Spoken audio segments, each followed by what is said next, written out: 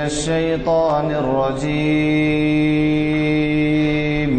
بسم الله الرحمن الرحيم والضحى والليل إذا سجى ما ودعك ربك وما قلى وللآخرة خير لك من الأولى ولسوف يعطيك ربك فترضى ألم يجدك يتيما فآوى ووجدك ضالا فهدى ووجدك عائلا فأغنى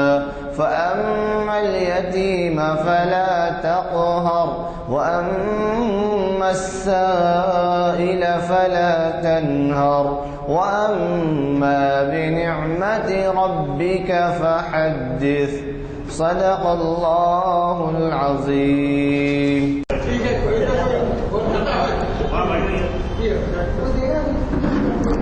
اعوذ باللہ من الشیطان الرجیم بسم اللہ الرحمن الرحیم. حاضرین کرام، آج کے پروگرام کے لحاظ سے تاریخ اسلام کے لیکچر منعقد ہو رہی ہے. یہ 850ویں نشست ہے جس کو حیدرآباد کے مشہور عالم دین پروفیسر سید جہانگیر صاحب مخاطب فرمائیں گے. آپ کی شخصیت محتاج تعارف نہیں ہے. ہمارے پاس جو محفل میں آپ کے مسلسل لیکچر تاریخ اسلام پر اور سیرت نبی صلی اللہ علیہ وسلم پر ہوتے ہوئے ہیں. مختصر الفاظ میں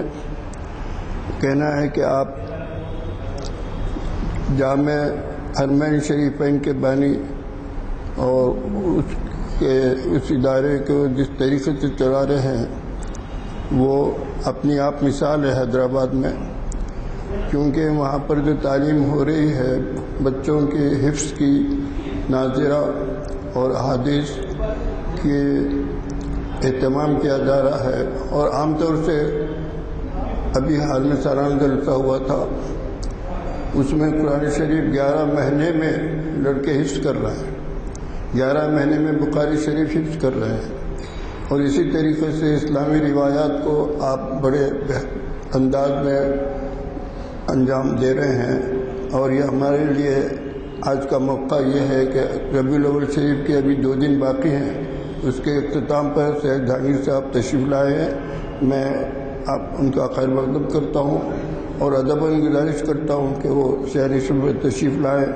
اور ہم کو اپنے بیان سے استفادے کا موقع عطا فرمائیں.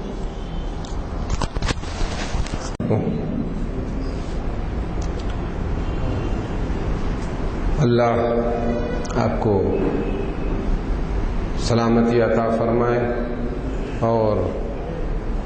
اپنی رحمتوں کی آغوش میں آپ سب کو لے لیں. السلام علیکم ورحمۃ اللہ کا مطلب یہ ہے.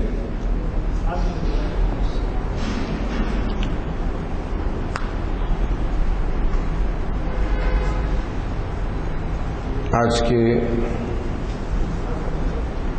ہماری اس نشست کے سرپرستی فرمانے والے ہم سب کے بزرگ، جو ہمارے بزرگ رہنما علی جناب الحاج غلام یزدانی صاحب ایڈوکیٹ مدد اللہ کی عدم موجودگی کی وجہ سے آج ہماری سرپرستی فرما رہے ہیں. اللہ تعالیٰ آپ کو صحت و عافیت سے رکھے اور ہمارے درمیان موجود ہماری حیدرآباد کی تہذیب کی نمائندہ شخصیت علی جناب نانک سنگھ صاحب نشتر اور میرے سامنے تشریف فرما بہت سارے بزرگ اور نوجوان ساتھیوں، قبل اس کے کہ میں آپ سے اپنی گزارشات عرض کروں، موضوع سے متعلق اور اس سے تعلق جوڑنے والی قرآن مجید کی چند آیات شریفہ کی تلاوت کا شرف حاصل کروں گا، اور اس کے بعد احادیث شریفہ کی روشنی میں کوشش کریں گے کہ آج کے موضوع سے متعلق ہم کو کیا جاننا چاہیے اور اس جاننے کا مقصد کیا ہے۔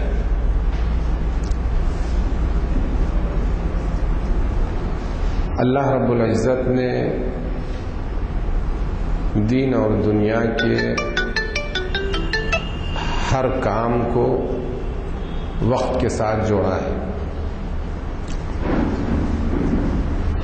اور وقت ہی اسلام کی نظر میں ایک ایسا عنصر ہے جس کے اطراف دین و دنیا کی زندگی کے اوقات گزارے جاتے ہیں اور اس کے اطراف گھومتے ہیں۔ اللہ رب العزت نے جتنے بھی عبادات کا ذکر فرمایا، تمام عبادات کو اللہ رب العزت وقت کے ساتھ باندھ رکھا ہے، اور اسلام میں کوئی کام بھی وقت کے باہر نہیں ہے۔ ان باتوں کے ذکر کرنے کا اہم اور واحد وجہ یہ ہے کہ ہم اور آپ وقت کی اہمیت جانیں اور سمجھیں، بلکہ اللہ رب العزت پر ایمان رکھنے والا کوئی انسان بغیر مقصد کے سوچتا بھی نہیں، اقدام کرنا تو کجا کسی مصروفیت کے بارے میں بے مقصد غور بھی نہیں کرتا، اور کرنا چاہیے۔ تو ہماری زندگی کا ہر لمحہ مقاصد سے جڑا ہوا ہے۔ اب وہ مقاصد کتنے معیاری ہیں، جتنے اعلیٰ مقاصد ہوں گے اس کام کا اور ان کاموں کا معیار بھی اتنا ہی اونچا اور اعلیٰ ہوگا، اور ان کاموں کے نتائج جس حد تک، جتنی دور تک، جتنی مخلوقات تک پھیلیں گے، جتنی مخلوقات کو ان کا فائدہ ہوگا، وہ کام اتنے ہی بڑے تصور کیے جاتے ہیں۔ ان چند تمہیدی کلمات کے بعد موضوع کی طرف لوٹ آتا ہوں اور عرض کرتا ہوں، اعوذ باللہ من الشیطان الرجیم، وَكُلًّا نَقُصُّ عَلَيْكَ مِنْ أَنْبَاءِ الرُّسُلِ لِنُثَبِّتَ بِهِ فُؤَادَكَ إلى آخر الآیہ۔ صدق اللہ العظیم۔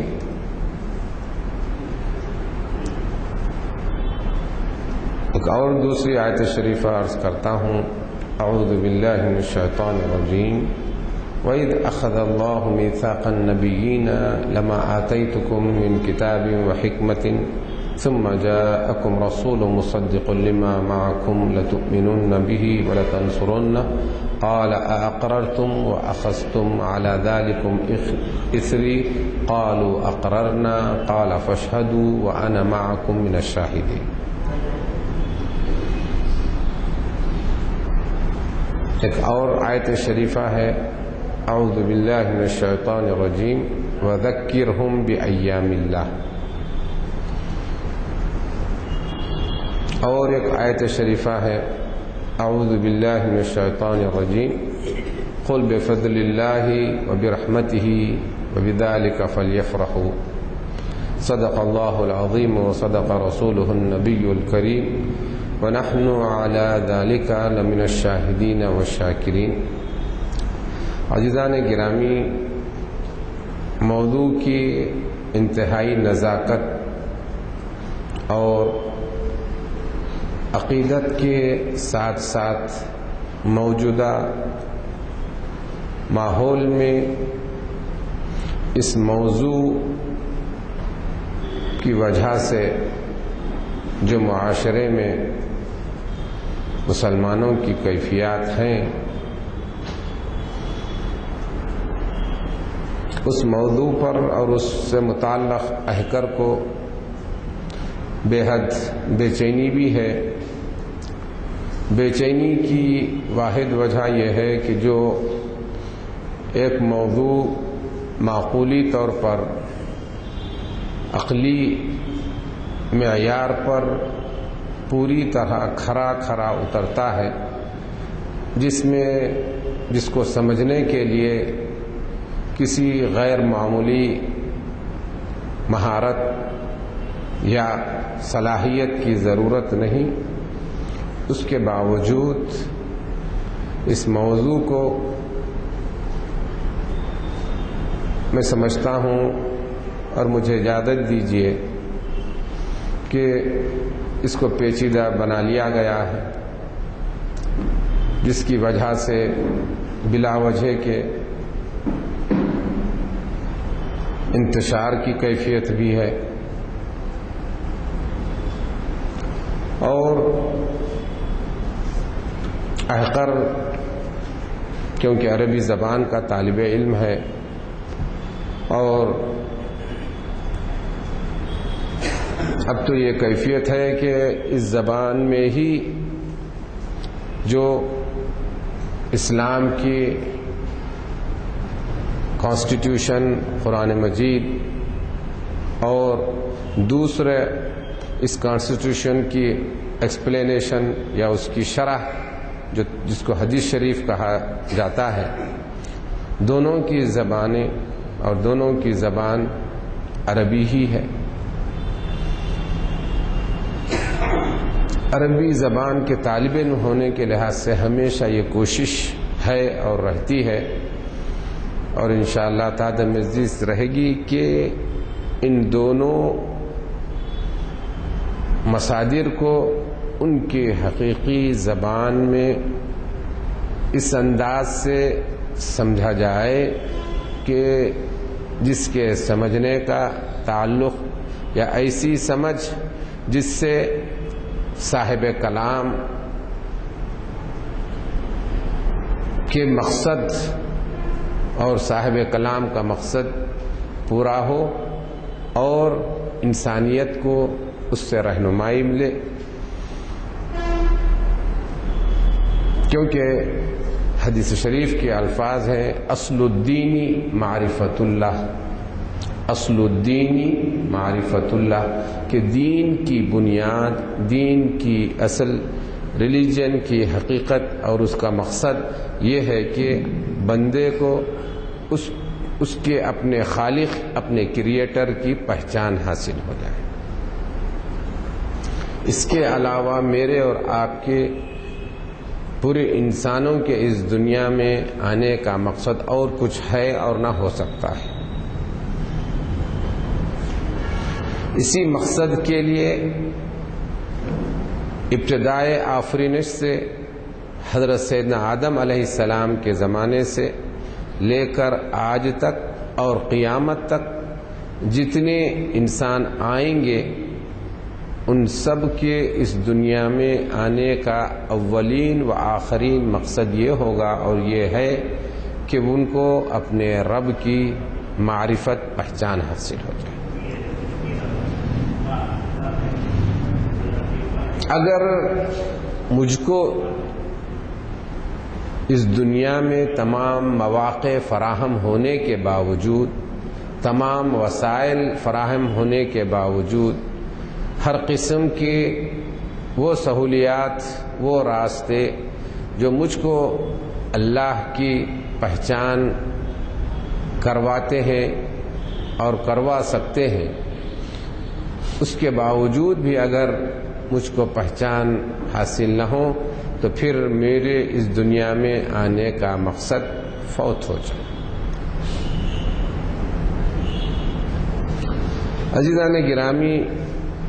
یہ باتیں آپ حضرات کے گوش گزار کرنے کی اس لیے جرأت کر رہا ہوں کہ آج مجھے معاف فرمائیے کہ جس امت کو قرآن مجید جیسی کتاب دی گئی ہے،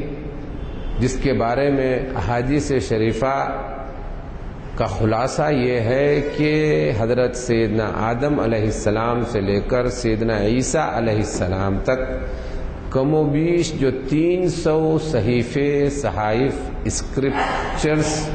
جو اللہ رب العزت کی جانب سے بندوں کی ہدایت کے لیے مختلف پیغمبران علیہ السلام کو عطا فرمائے گئے تھے، ان تمام 300 صحائف کا خلاصہ نچوڑ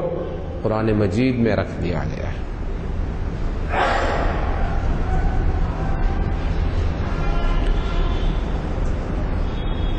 اور اس کی عظمت اور اس کی اہمیت بھی بتلا دی گئی ہے کہ اگر اس قرآن مجید کو اگر دنیا کے مضبوط ترین پہاڑ پر بھی نازل کر دیا جاتا تو اللہ رب العزت کی عظمت، اس کی قدرت اور اس کی طاقت کے نتیجے میں ریزہ ریزہ، چورا چورا ہو جاتا۔ پھر اس کے بعد اللہ رب العزت نے اس قرآن مجید کی شرح اور اس کو عملی طور پر پیش کرنے کی غرض سے اللہ رب العزت نے اپنے فضل و کرم سے ایسی ہستی کو مبعوث فرمایا جن کا وجود تمام انبیاء کے بعد ہے، ظاہری طور پر، لباس بشری کے طور پر، لیکن وجود معنوی کے لحاظ کرتے ہوئے آپ کی تشریف آوری سب سے پہلے۔ اتنی بڑی ہستی، ایسی عظیم ہستی جن کو آپ سے تعصب رکھنے والے یا آپ کے دین کو قبول نہ کرنے والے نے بھی جب پوری دنیا کے ریفارمرز، اصلاح کنندگان، مصلحین کی جب سوانح عمری تیار کی تو سب سے پہلے نمبر پر کسی ہستی کا رکھا تو وہ آقا حضور سیدنا محمد صلی اللہ علیہ وسلم کی ذات گرامی ہے۔ اور قرآن مجید خود ہم سے یہ فرماتا ہے، جس آیت شریفہ کی تلاوت کا شرف حاصل کیا، یہ کوئی خوش عقیدگی کی بات نہیں ہے، بلکہ قرآن مجید کی آیت شریفہ اعوذ باللہ من الشیطان الرجیم وَإِذْ أَخَذَ اللَّهُ مِيثَاقَ النَّبِيِّينَ لَمَا آتَيْتُكُم مِّن كِتَابٍ وَحِكْمَةٍ ثُمَّ جَاءَكُمْ رَسُولٌ مُصَدِّقٌ لِّمَا مَعَكُمْ لَتُؤْمِنُنَّ بِهِ وَلَتَنصُرُنَّهُ قَالَ أَأَقْرَرْتُمْ وَأَخَذْتُمْ عَلَى ذَلِكُمْ إِصْرِي قَالُوا أَقْرَرْنَا قَالَ فَاشْهَدُوا وَأَنَا مَعَكُمْ مِنَ الشَّاهِدِينَ۔ اگر اس پوری آیت شریفہ کا اگر ہم جائزہ لیں اور اس کا ترجمہ کریں اور اس آیت شریفہ میں کتنے مقامات پر اللہ رب العزت نے عام انسانوں سے نہیں بلکہ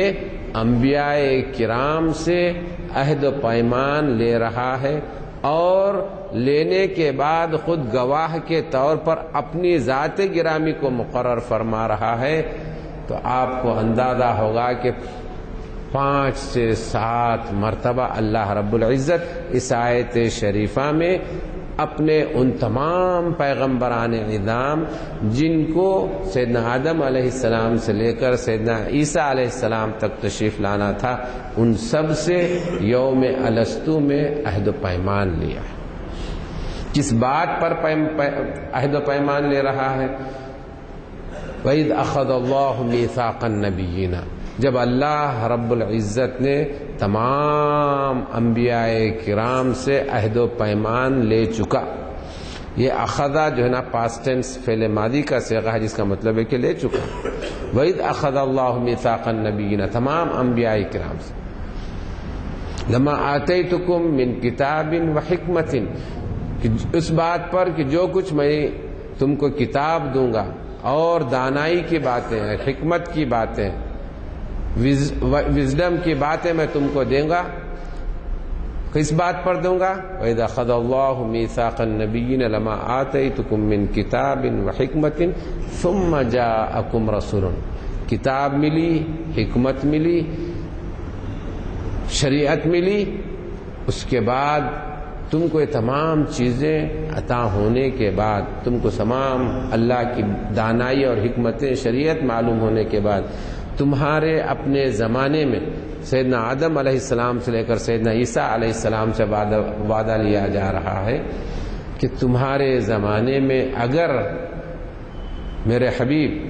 محمد صلی اللہ علیہ وسلم تشریف لائیں، وَإِذَا أَخَذَ اللَّهُ مِيثَاقَ النَّبِيِّينَ لَمَا آتَيْتُكُم مِّن كِتَابٍ وَحِكْمَةٍ ثُمَّ جَاءَكُمْ رَسُولٌ، ایک ایسے رسول آئیں مصدق لما معکم، جو تمہوں کو جو کتابیں دی گئی، جو تم کو شریعت دی گئی، اس کی تصدیق فرمانے لگے، جو تصدیق کریں گے۔ مصدقا لما معکم وَإِذَا أَخَذَ اللَّهُ مِيثَاقَ النَّبِيِّينَ لَمَا آتَيْتُكُم مِّن كِتَابٍ وَحِكْمَةٍ ثُمَّ جَاءَكُمْ رَسُولٌ مُصَدِّقٌ لِمَا مَعَكُمْ، جب وہ تصدیق کریں گے تو تمہاری کیا ذمہ داری ہے؟ اللہ رب العزت اس کے لیے بڑے اصرار کے ساتھ، ایمفسائز کے ساتھ، تاکید کے ساتھ فرما رہا ہے لَتُؤْمِنُنَّ بِهِ، ضرور بضرور تم پر یہ فرض ہے کہ تم ان پر ایمان لاؤ۔ لَتُؤْمِنُنَّ بِهِ وَلَتَنْصُرُنَّ، اور ضرور بضرور تم ان پر ایمان لانا۔ لَتُؤْمِنُنَّ بِهِ وَلَتَنْصُرُنَّ، ایمان لے آنا، ایمان لے آنے کے بعد اب اپنے گھروں میں نہیں بیٹھے رہیں گے، بلکہ لَتَنْصُرُنَّ، تم اس دین کو، اللہ کے اس دین کو بندوں تک پہنچانے میں ان کی ہر طرح سے ضرور بضرور مدد کریں گے۔ یہ لَتُؤْمِنُنَّ اور لَتَنْصُرُنَّ، یہ اس کو کہتے ہیں نون تاکید، یعنی تاکید کے ایمفسائز اور اسٹریس، تاکید کے صیغے ہیں۔ لَتُؤْمِنُنَّ بھی ضرور بضرور ایمان لانا، وَلَتَنْصُرُنَّ ضرور بضرور ان کی مدد کرنا۔ اب اس کے بعد پھر اللہ رب العزت عہد و پیمان لے رہا، کتنے؟ تمام 1,24,000 پیغمبروں سے۔ کیا فرما رہا ہے؟ قَالَ أَأَقْرَرْتُمْ، کیا تم کو اس بات کا اقرار ہے؟ اس بات کو اقرار کا مطلب مان لیے؟ Have you agreed upon؟ قَالَ أَأَقْرَرْتُمْ وَأَخَذْتُمْ عَلَى ذَلِكُمْ إِصْرِي، اور اس پر تم میرے اس عہد و پیمان کو قبول کر لیے۔ کتنی مرتبہ دیکھیے، پوری تاکید کے صیغے، پھر اس کے بعد اس پر عہد و پیمان کا دوبارہ اعادہ۔ اقررتم واخذتم علی ذلکم اسری، قالوا، انبیاء کرام سب ایک زبان ہو کر فرماتے قالوا اقررنا، اے رب العزت ہم ضرور بضرور آپ کی بات کو مان لیے اور آپ کے فرمائے ہوئے ہر بات پر ہم جو ہے نا اقرار کر لیے، ہم اقرار کر لیے۔ قالوا اقررنا، پھر ارشاد، پھر ایک مرتبہ دوبارہ وعدہ لیا جا رہا ہے، قالوا اقررنا قال فاشهدوا، پھر اللہ رب العزت ارشاد فرماتا ہے قال فاشهدوا، تم ضرور بضرور اس بات پر گواہ رہنا۔ خود سے وعدہ لیا جا رہا ہے، خود سے عہد و پیمان کروایا جا رہا ہے، پھر انہی کو گواہ بنوایا جا رہا ہے۔ دیکھو جیسا کہ ہم اردو میں کہتے ہیں، دیکھو ایسا تم نے مان لیا، مان لینے کے پہلے تم اپنے آپ کو اس پر ہی تم گواہی دو۔ قال فاشهدوا، گواہی دو، وانا معکم من الشاہدین، تمہاری اس گواہی پر میں خود گواہی دوں گا۔ بھائیو، بزرگوں اور دوستو، ایک آیت شریفہ میں کتنی مرتبہ اللہ رب العزت تمام انبیاء کرام سے، عام انسانوں سے نہیں، ان انبیاء کرام سے جن کو معرفت الہی حاصل ہوئی، جن کو اللہ رب العزت کا قرب حاصل ہوا، یہ دنیا کی پیدائش کی حقیقت کا علم جن کو معلوم ہے، ان سے یہ عہد پیمان لیا جا رہا ہے کہ اگر تمہارے زمانے میں یہ نبی آئیں، سیدنا محمد صلی اللہ علیہ وسلم آ جائیں، تو یہ تمہاری ذمہ داری ہے کہ تم ان پر ایمان لانا اور ان کی مدد کرنا۔ پھر تم ان کو یہ اقرار ہے کہ نہیں، اتنی دفعہ، اتنی مرتبہ آپ پر ایمان لانے اور آپ کی مدد کرنے کا عہد و پیمان اور اقرار لیا جا رہا ہے۔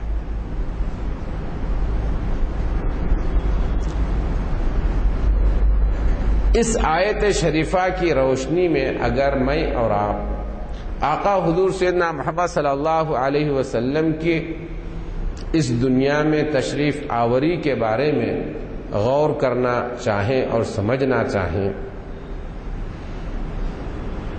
تو ہم کو کیا معلوم ہوتا ہے؟ میں آپ کو تھوڑے سے گہرائی میں لے جا رہا ہوں۔ عموماً ہمارے علماء کرام بھی اس طرف جو ہے نا پوری طور پر توجہ نہیں فرماتے، جس کی وجہ سے لوگوں کے ذہن و دماغ میں ایک تشویش اور کیفیت ہے۔ میں اس آیت شریفہ کی روشنی میں اور اس کی دلیل کے طور پر ایک حدیث شریف کو آپ کے سامنے ذکر کرتا ہوں، جس سے معلوم ہوگا کہ جس موضوع کے بارے میں ہم گفتگو کرتے ہیں کہ جو حضور اکرم صلی اللہ علیہ وسلم کی تشریف آوری کے سلسلے یا تشریف آوری پر جو ہم محفلیں منعقد کرتے ہیں، اس کا آغاز کیا ہے؟ مولد فرمائے یا میلاد فرمائے، دونوں کا مقصد یہ ہے، جس کا مطلب یہ ہے کہ پیدائش۔ ایک بات سمجھنے کی ہے کہ پیدائش کا مطلب کیا ہے۔ مولد النبی، جب ہم حضور اکرم صلی اللہ علیہ وسلم کی پیدائش کی جب بات کرتے ہیں تو اس پیدائش کی جو بارے میں جو گفتگو ہوتی ہے، اس نشست کا نام مولد کا نام ہم جیسا کہ ایک رواج پڑ گیا ہے، اس کی بھی وجہ تسمیہ آپ کو معلوم ہو جائے گی۔ اس میں ہوتا کیا ہے اور کیا کیا جاتا ہے؟ میں آپ سے عرض کرتا ہوں کہ حضرت سیدنا عباس رضی اللہ عنہ جو حضور اکرم صلی اللہ علیہ وسلم کے تایا ہیں، اب خود اس لفظ سے ہی آج ہم مسلمانوں کی جو بھی حضرات آقا کی سیرت گرامی بیان فرماتے ہیں یا آپ کے شمائل بیان فرماتے ہیں، آپ کے اسوے کو بیان فرماتے ہیں، آپ ہر کتاب میں اردو زبان میں لکھی گئی آقا حضور صلی اللہ علیہ وسلم کی سیرت کی کتابوں میں آپ لکھیں گے حضرت سیدنا عباس آپ کے چچا تھے۔ آپ اردو زبان میں اچھی طور پر واقف ہیں کہ اردو زبان میں دو اصطلاحیں ہیں، ایک چچا ہے، دوسرا تایا ہے، لیکن عربی زبان میں چچا اور تایا دونوں کے لیے ایک ہی لفظ استعمال کیا جاتا ہے اور اس کو کہتے ہیں عمن، عین میم کا لفظ استعمال کیا جاتا ہے۔ لیکن ساری اردو کتابوں میں جب حضرت سیدنا عباس رضی اللہ عنہ یا دوسرے جو آپ کے تایا حضرات ہیں، کیونکہ آقا حضور سیدنا محمد صلی اللہ علیہ وسلم کے والد گرامی سب سے چھوٹے، تمام بھائیوں میں سب سے چھوٹے بھائی، تو اس کا مطلب جتنے بھی آپ حضرات تھے، جتنے بھی آپ کے امام محترم تھے، وہ سب کے سب تایا کہلائیں گے۔ اب اس سے ہی مجھ کو اور آپ کو اندازہ ہو جاتا ہے کہ ہم سیرت نگاری میں کس حد تک گہرائی کو پیش نظر رکھ کر سیرت نگاری کے فریضے کو انجام دے رہے ہیں۔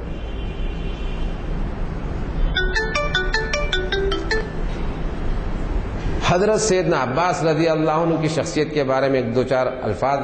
عرض کرتا ہوں، کیونکہ آپ حضرات بہت بزرگ ہیں اور جانتے ہیں کہ جیسا کہ ہم ابھی اپنے بزرگوں کو جو ہے نا بڑے عزت اور احترام کے ساتھ ہم یاد کرتے ہیں اور یاد کرنا ضروری بھی ہے، اور یہ اسلام کا حصہ ہے، اسلام کا جز ہے۔ آقا نے ارشاد فرمایا من لم یوقر کبیرنا فلیس منا، جس نے ہم اپنے بزرگوں کو، اپنے بڑی عمر والوں کو عزت و احترام کے ساتھ پیش نہیں آیا تو وہ مسلمان نہیں ہو سکتا، وہ مسلمانوں کی جماعت سے نہیں ہو سکتا۔ تو حضرت سیدنا عباس رضی اللہ عنہ حضور اکرم صلی اللہ علیہ وسلم کے تایا گرامی، اور اسلام سے قبل کا جو زمانہ جس کو جاہلیت کا زمانہ کہتے ہیں، اور جاہلیت کا مطلب اگنورنٹ،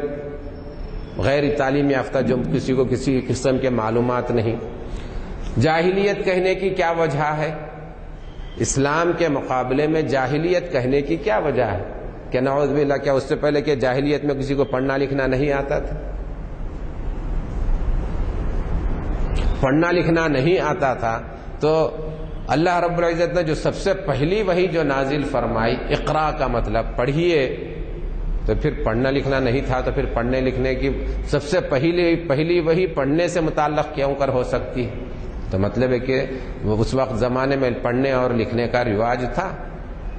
اور حضرت سیدنا عباس رضی اللہ عنہ زمانے جاہلیت میں سب سے بڑے سود کے لین دین کے بڑے ساہوکار تھے۔ اسی وجہ سے آقا حضور صلی اللہ علیہ وسلم جب فتح مکہ کے بعد ناحق خونوں کے جب آپ معافی کا اعلان فرمایا اور ناجائز طور پر لین دین کو آپ نے ختم فرمایا، تو آپ نے سب سے پہلے جو فرمایا کہ سب سے پہلے لین دین میں اپنے تایا سیدنا عباس رضی اللہ عنہ کے سود کے کاروبار پر جو وہ زیادتی لیا کرتے میں اس کو ختم کرتا ہوں۔ تو اس سے مجھ کو اور آپ کو یہ سمجھنے کا موقع ملتا ہے کہ سیدنا عباس رضی اللہ عنہ کوئی معمولی انسان نہیں تھے، معاشرے میں، سوسائٹی میں بڑا اعلیٰ مقام رکھتے تھے، اور معاشرے کی نبض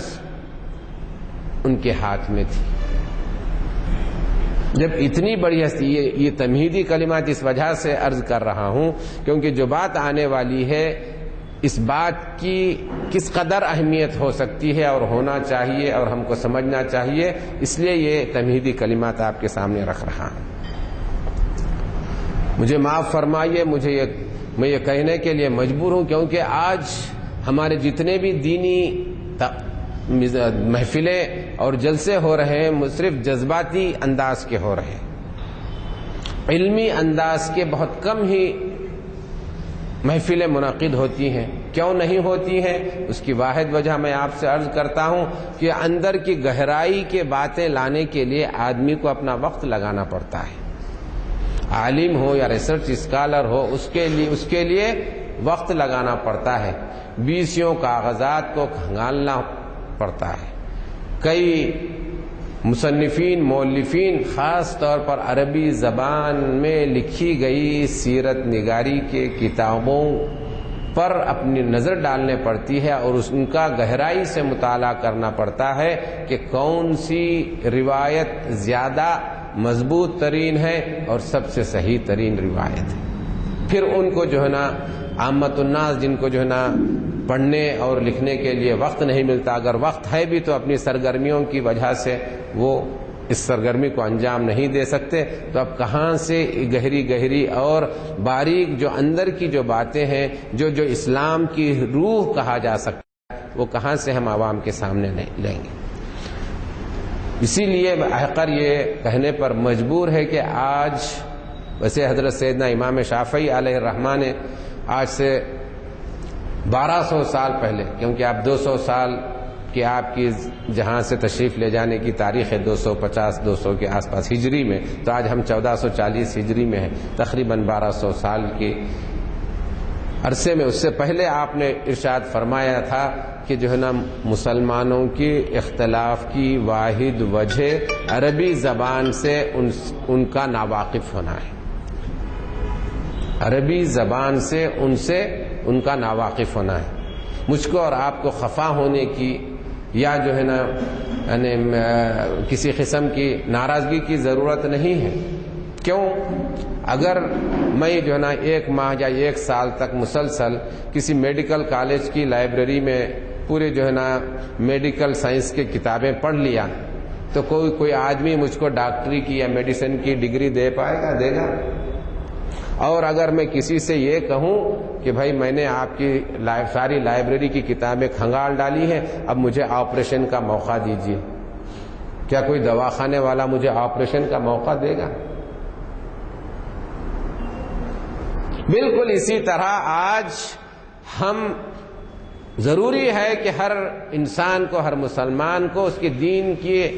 بارے میں منہ شگافی ہو، لیکن کب؟ جیسے کہ بزرگوں نے فرمایا کہ اگر تم کو ایک صفحہ اگر لکھنا ہو تو 1000 صفحے پڑھنا پڑے گا، 1000 صفحے پڑھنے کے بعد تم ایک صفحہ لکھنے کی صلاحیت پیدا کر سکو گے اور تم لکھ پاؤ گے۔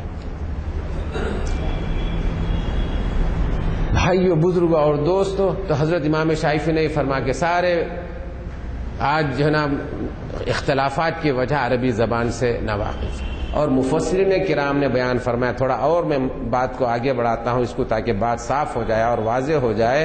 کہ کسی انسان کو اگر قرآن مجید کے ایک حرف کے 1000 معنی بھی معلوم ہو جائیں تب بھی ان کو کچھ معلوم نہیں ہوا۔ میں اس سے پہلے یہاں اس اسٹیج سے میں عرض کر چکا ہوں، اور میں آج کی گفتگو کو بہت اطمینان سے اس وجہ سے رکھ رہا ہوں کیونکہ موضوع بہت ہی غیر معمولی اہمیت کا حامل ہے، اور آج مسلمانوں میں، مسلمانوں کی جماعتوں میں اگر شگاف پڑ رہا ہے اور پڑ چکا ہے تو صرف یہ ایک بڑے مسئلے کی وجہ سے، جو در حقیقت مسئلہ ہے ہی نہیں، لیکن اس کو بلا وجہ کے مسئلہ بنایا گیا۔ اور میں آپ کے سامنے بہت گہری بات بتاؤں تو آپ حیران و پریشان رہ جائیں گے، لیکن یہاں یہ بات کہنے کا وقت نہیں ہے، کیونکہ ساری دنیا یہ چاہتی ہے کہ قرآن مجید میں ہم کوئی تبدیلی نہیں لا سکتے، حدیث شریف میں کوئی تبدیلی نہیں لا سکتے۔ تبدیلی لا سکتے ہیں تو مسلمانوں کے سمجھ میں اور اس قرآن مجید کے اور حدیث شریف کے انٹرپریٹیشن میں ہم تبدیلی لا کر ان میں اختلافات پیدا کر سکتے ہیں۔ میرے بعض بزرگ حضرات موجود ہیں، میں یہ بات کہ آپ کے سامنے رکھوں کہ نواب لیاقت علی خان صاحب جب تقسیم کے بعد جب پاکستان کے جب جو ہے نا وزیر اعظم بن گئے، کچھ عرصے بعد وائسرائے نے ان کو لندن آنے کی دعوت دی۔ جب وہ گئے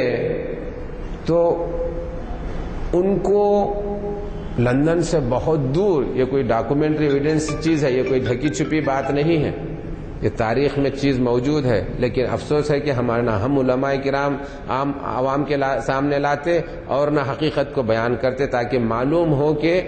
یہ دین کے پیچھے اور مسلمانوں میں اختلافات کی اور ان میں انتشار پیدا کرنے کی کوششوں کے لیے کیا کوششیں ہو رہی ہیں، کتنی سازشیں رچی جا رہی ہیں، یہ ہم کو اس کا اندازہ نہیں۔ اور آسانی سے کچھ مولوی صاحب کچھ زرخ برق بن کے آ گئے، کچھ کہہ دیں تو بس مان لیتے ہیں اور چاہتے ہیں،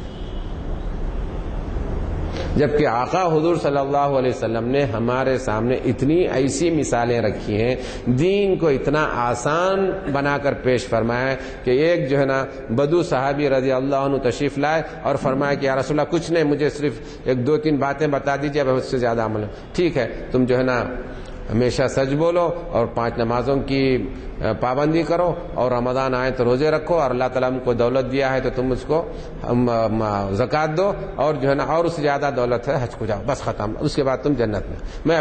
وہ صحابی فرمائے کہ میں اب اس سے زیادہ کچھ کروں گا نہیں، بس جو بھی آپ فرمائے میں اس سے نہ کم کروں گا نہ زیادہ کروں گا۔ وہ تشریف لے جا رہے تھے، آقا نے فرمایا صحابہ کرام سے مخاطب ہو کر، دیکھو کسی کو جنتی کو دیکھنا ہے تو تم ان کو دیکھ لو، اس سے بڑھ کر کم آسان دین ہو سکتا ہے کہ بتلائیے مجھے۔ عام سے عام مسلمان ہمارے درمیان میں، جیسا کہ آج ہمارا ایک مزاج بن گیا، بس بچہ پیدائش کے ساتھ ہی کوئی مشن اسکول میں ڈال دیں یا کوئی کانوینٹ اسکول میں ڈال دیں کہ بہتر سے بہتر انگریز زدہ ہو جائے اور بس وہ جو ہے نا اس کی جو ہے نا ماڈرن ایجوکیشن ہو جائے۔ یہی تو مقصد، دین کہاں سے ملے گا؟ آپ کو اندازہ نہیں ہے، آج ہماری جنریشن کے بعد جو جنریشن ہے نہ اردو سے واقف ہے، نہ جو ہے نا قرآن مجید کی تلاوت سے واقف ہے، حدیث شریف تو بہت دور کی بات ہے۔ اب اس کے بعد کی جو جنریشن آئے گی، اللہ عالم کیا ہونے والا ہے۔ کیونکہ ہمارے دین کی دو زبانیں، ہندوستان کے جو باشندے ہیں وہ عربی ہے، اس کے بعد جو ہے نا اردو ہے، اس میں جو ہے نا دین محفوظ ہے ان میں۔ جب یہی نہیں رہیں گے تو اب دین کی بے زبان کے بغیر دین کہاں سے آئے گا؟ اگر ایسا نہیں تو پھر قرآن مجید کی زبان کو، اگر آپ عربی زبان کو ہٹا لیں تو آپ کو قرآن مجید ملے گا، آپ کو قرآن مجید نظر آئے گا آپ کو۔ تو بھائیو، بزرگوں اور دوستوں، ان کو لے جایا گیا اور اس کو کئی مرحلے نے، کئی فیزز میں لے جایا گیا۔ ایک جگہ لے جا کر ان کی گاڑی کو رکوا دیا گیا، پھر وہاں سے جو ہے نا گھوڑے پر سوار کیا گیا، پھر وہاں سے ان کو بھی گھوڑے کو بھی رکوا دیا گیا، پھر وہاں سے پیدل لے جایا گیا، پھر ان کی آنکھوں پر پٹی باندھی گئی وغیرہ وغیرہ، اتنے بڑے سارے فیزز کے بعد جب بہت دور جانے کے بعد دیکھے تو جو ہے نا آنکھیں کھولیے بولنے کے بعد جب دیکھے تو جو ہے نا ایک بڑی جوڑی بنی ہوئی ہے، عالیشان محل ہے، اور جب اس میں داخل ہوئے تو فرشتے نما حضرات ہیں جو ایسی بڑی بڑی داڑیاں اور سفید لباس کہ جیسا کہ ابھی جو ہے نا آسمان سے فرشتے اترے ہوئے۔ تو نواب صاحب نے پوچھا کہ یہ کیا ماجرا ہے؟ تو مولا انہوں نے کہا کہ میں یہی تو آپ کو بتلانے ہی لایا ہوں۔ اور پھر دیکھا تو الماریاں اور ایسے کوئی وقتیہ طور پر نہیں کہ پرماننٹ طور پر وہاں موجود ہیں، اور یہ صرف ڈاکومنٹری ایویڈنس ہیں، آپ کو جو بزرگ حضرات ہیں سب کے پاس موجود ہیں، نبی تو بھی آپ مل جائیں گے۔ تو جب جا کر دیکھا تو قرآن مجید کے جتنے ماسٹر پیسز جو ان کے ٹرانسلیشنز اور ان کے جو ہے نا السٹریشنز ہو سکتے ہیں، ان کی تفاسیر ہو سکتی ہیں، سب وہاں موجود ہیں۔ فقہ کی جتنی کتابیں بڑی بڑی ہو سکتی ہیں وہ وہاں موجود ہیں۔ حدیث شریف کے جتنے شروحات اور کتابیں ہو سکتی ہیں سب پورے یہاں، گویا کہ جو اسلامک سینٹرز میں، اسلامک جو ہے نا لائبریریز میں جو کچھ ہوتا ہے، جو مدارس میں، جو اسلامی یونیورسٹیوں میں جو کام ہوتا ہے وہ سب وہاں ہو رہا۔ انہوں نے بولے کہ بھئی یہ اسلامی یونیورسٹی اور لندن میں، اور لندن کے اس مقام پر جہاں پر کوئی آدمی پہنچ سکتا ہے نہ کچھ ہو سکتا ہے۔ بات گفتگو ہوتی ہوتی جب معلوم ہوئی تو انہوں نے کہا کہ یہ کوئی مسلمان نہیں ہے، یہ ہیں کرسچن اور یہ ہیں ممکن ہو یہودی بھی ہو سکتا۔ ان کو ازہر شریف نے، ازہر شریف سے جید علماء کرام وہاں تیار کروائے جا رہے ہیں ظاہری طور پر، اور کہا کہ ہم ان کو تیار کرنے کے بعد جب وہ پوری طور پر دسترس، ان کو پورا کمانڈ کمپریہنشن جب آ جاتا ہے تو پھر ان کو آپ کی کمیونٹیز کے علاقوں میں بھیج دیا جاتا ہے تاکہ وہ وہاں پہنچ کر کچھ ایسی بات، کچھ ایسا شوشہ چھوڑ دیں کہ جو ہے نا تاکہ وہ آپ کی اب جو ملت ہے اب اسی مسائل میں الجھے رہے، وہ اصل اس سے دور ہو جائے۔ آج یہی پروگرام، یہی کانسپریسی، یہی سازش مسلمانوں کے اور ملت کے خلاف چل رہی ہے۔ کیوں؟ کیونکہ اس کی وجہ یہ ہے کہ اگر اس دنیا میں بسنے والی انسانیت کو کسی ملت سے یا کسی طریقے سے، کسی راستے سے، کسی کتاب سے، کسی مزاج سے اگر راہ راست پر انسان کو انسان کی حیثیت سے رکھا جا سکتا ہے تو وہ صرف قرآن مجید اور قرآن مجید پر عمل کرنے والے اللہ والے علماء ربانیین ہو سکتے ہیں۔ لیکن علماء ربانیین کہاں ہیں آج؟ علماء ربانیین کون تھے آپ جاننا چاہتے ہیں تو دیکھیں، پہلی صدی ہجری میں آپ چاہیے، بادشاہوں نے ان پر اتنے بڑے بڑے جو ہے نا نچھاور کیے، اتنے منصبیں کے نچھاور کیے، ان کو وہ کیا، نہ ماننے پر جو ہے نا ان کو کوڑے مارے گئے، تب بھی بولے کہ نہ میں جج بننا چاہتا ہوں، نہ کہیں گورنر بننا چاہتا ہوں۔ جو صرف اللہ کے لیے اس روئے زمین پر انسانیت کی خدمت کرنا چاہتے ہیں۔ اور آج انسانیت کی خدمت کا مطلب انسانیت کو لوٹ کھسوٹنا ہے، تو پھر کہاں سے یہ انسانیت پنپے گی؟ تو بہرحال جو عرض کرنا چاہ رہا تھا اور عرض کر رہا ہوں بھائیو، بزرگوں اور دوستو، یہی چیز احقر کو انتہائی بے چین کی ہوئی ہے کہ اتنی واضح ترین کتاب اور اس کتاب کی اتنی واضح شرح جو حدیث شریف کی روشنی میں، پھر اس کے بعد 1,00,000 سے زائد صحابہ کرام قرآن مجید، حدیث شریف کو سمجھنے کے لیے اپنے سارے اوقات لگا دیے۔ بات بہت اچھی یاد آئی تاکہ میرے بزرگوں اور نوجوانوں کو معلوم ہو جائے کہ قرآن مجید کے سمجھانا، جیسا کہ میں نے ابھی عرض کیا کہ آپ کو اگر مجھ کو ایک حرف کے 1000 معنی معلوم ہو جائیں تب بھی مجھ کو اور آپ کو کچھ نہیں معلوم۔ سمجھنے کے لیے میں آپ کو حضرت سیدنا عمر رضی اللہ عنہ اور ان کے صاحبزادے حضرت عبداللہ کی بارگاہ میں لے چلتا ہوں۔ حضرت سیدنا عمر بن الخطاب رضی اللہ عنہ جو خلیفہ دوم ہے، ان کی کیا فضیلت ہے، ان کے اللہ رب العزت کے پاس کیا مقام ہے، آپ کو سمجھانے کی ضرورت نہیں، سب اچھی طور پر جانتے ہیں کہ آقا نے یہاں تک فرمایا کہ حق کو اللہ رب العزت نے سیدنا عمر کے زبان پر جاری فرما دیا، اور فرما دیا کہ ہر قوم میں، ہر امت میں محدث ہوتے ہیں۔ محدث کا مطلب یہ ہے کہ جن کی زبان پر اللہ رب العزت حق کو جاری فرماتا ہے، تو جو بھی کہتے ہیں صرف سچ بات کے سوا کچھ نہیں کہتے، تو وہ ان میں کے، اور پھر فرمایا کہ میری امت کے محدث سیدنا عمر رضی اللہ عنہ۔ یہ سیدنا عمر رضی اللہ عنہ آپ جانتے ہیں پوری قرآن مجید نہیں، آدھی قرآن مجید نہیں، 10 پارے نہیں، 5 پارے نہیں، صرف سورہ بقرہ کتنے آیتوں پر مشتمل ہے؟ 285 آیات، 2.5 پارے ابتدا میں قرآن مجید کا جو دوسرا سورہ، سورہ فاتحہ کے بعد سورہ بقرہ۔ اس ایک سورے کو سمجھنے کے لیے آپ نے جو تاریخ اور تفاسیر کی کتابوں میں موجود ہے اس کے حوالے سے عرض کر رہا ہوں کہ 12 سال صرف اور صرف سورہ بقرہ کو سمجھنے میں انہوں نے لگائے۔ قرآن مجید کے سمجھنے کا مقصد کیا ہے؟ قرآن مجید کے سمجھنا کو کیا کہتے ہیں؟ قرآن مجید کے سمجھنے کا مطلب کیا ہوتا ہے؟ اگر اسلام کے پرسنالٹیز میں آپ دیکھیں تو حضور اکرم صلی اللہ علیہ وسلم، سیدنا ابو بکر، پھر اس کے بعد سیدنا عمر رضی اللہ عنہ کا درجہ ہے۔ کتنا وقت لگایا صرف سورہ بقرہ کو سمجھنے کے لیے؟ 12 سال۔ اور آپ کے صاحبزادے حضرت سیدنا عبداللہ رضی اللہ عنہ جانتے ہیں حدیث شریف کے بہت بڑے عالم، سنت کے بہت بڑے ماننے والے۔ میں اپنے نوجوانوں کو بتلاتا ہوں، میں آپ کو جو ہے نا، ہمارے سامنے ہمارے بزرگ نشتر صاحب تشریف فرما ہے، گرو نانک سنگھ صاحب نے جو ہے نا اپنے دین کو لگایا کہ ایک انسان کا بنایا ہوا دین، کوئی آسمانی دین کوئی بھی سکھ برادری میں کوئی نہیں کہتے، لیکن سکھ برادری دیکھیے، تاکہ میں آپ کے سامنے، ان کے سامنے میں ہم کو عبرت کے لیے عرض کر رہا ہوں، کوئی سکھ بھائی چاہے دنیا کے کسی بڑے سے بڑے رتبے پر فائز ہو جائے، کیا وہ اپنے تشخص اور شخصیت، اپنی پرسنالٹی کو اس سوسائٹی میں گھول دیتا ہے؟ کوئی کبھی کسی کو آپ نے دیکھا، چاہے وہ کون سے بھی آپ جو ہے نا منصب پر فائز ہو جائیں؟ اور آج ہم مسلمان ہیں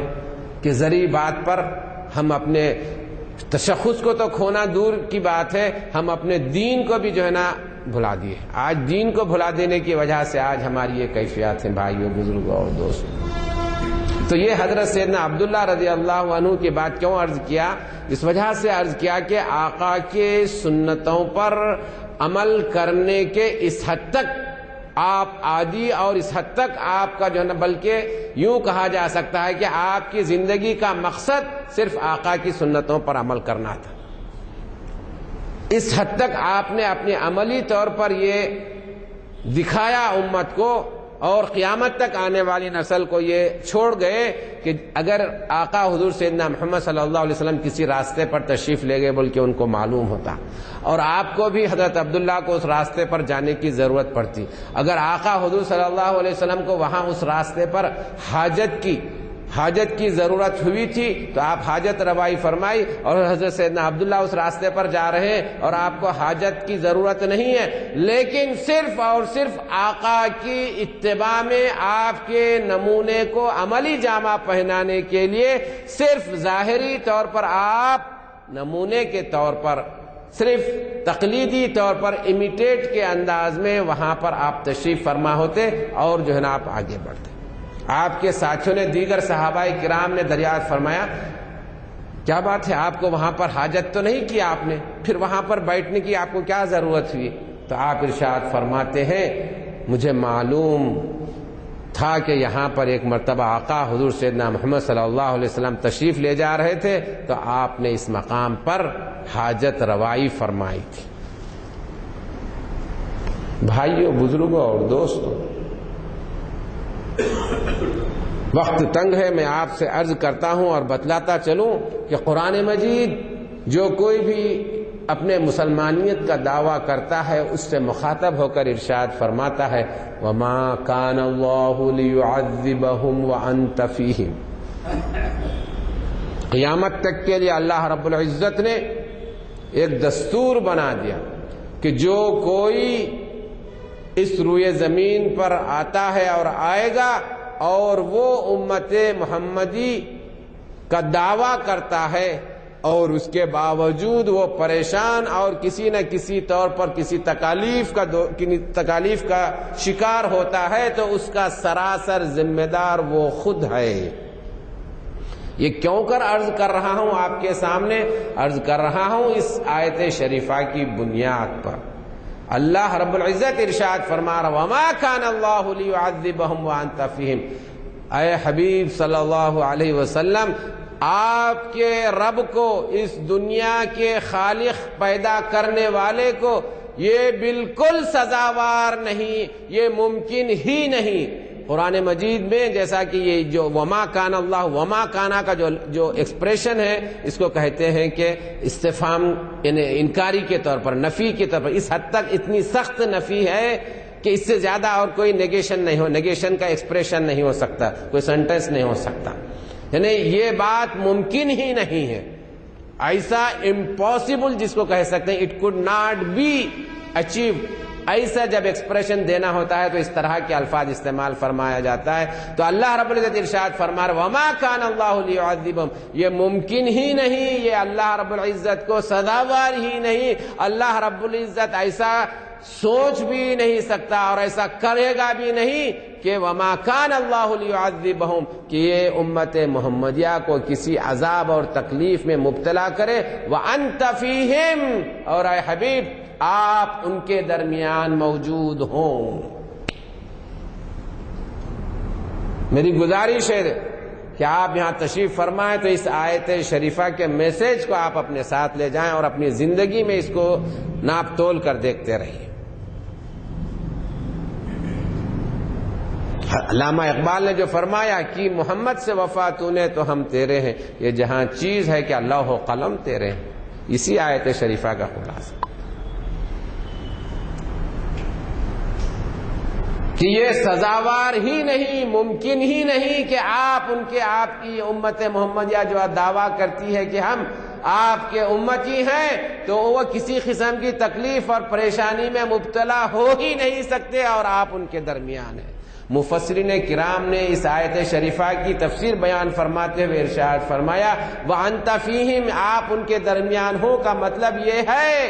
کہ آپ کا نمونہ، آپ کا اسوہ، آپ کی سنتیں، آپ کا کردار، آپ کے زندگی حیات مبارکہ کا طریقہ ان کی زندگیوں میں رواج پائے جائے۔